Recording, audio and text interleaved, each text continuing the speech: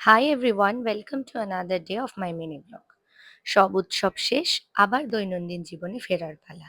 ছোটবেলা থেকেই এই কামব্যাকটা করতে একটু সময় লাগতো আর একটু মন খারাপও হতো, কারণ পরপর এই সেপ্টেম্বর অক্টোবর এত পুজো, এত উৎসব আমাদের বাঙালিদের, সেখান থেকে বেরিয়ে আবার ডেইলি লাইফে ফিরে যেতে সত্যি একটু কষ্ট হতো প্রথমে।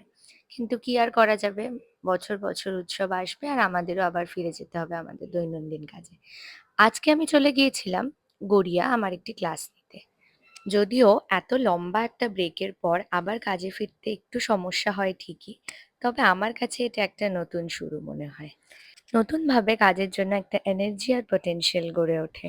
উৎসবের দিনগুলোকে কতটা মিস করি জানি না, তবে সেই সময়কার সেলিব্রেশন, ঘোরা, আড্ডা, এনজয়মেন্ট এগুলোকেই আমরা মিস করে থাকি। তবে আমরা চাইলেই কিন্তু আমাদের ডেইলি লাইফের এই কাজের মধ্যে দিয়েই সেম সেলিব্রেশন আর এনজয়মেন্ট খুঁজে নিতে পারি।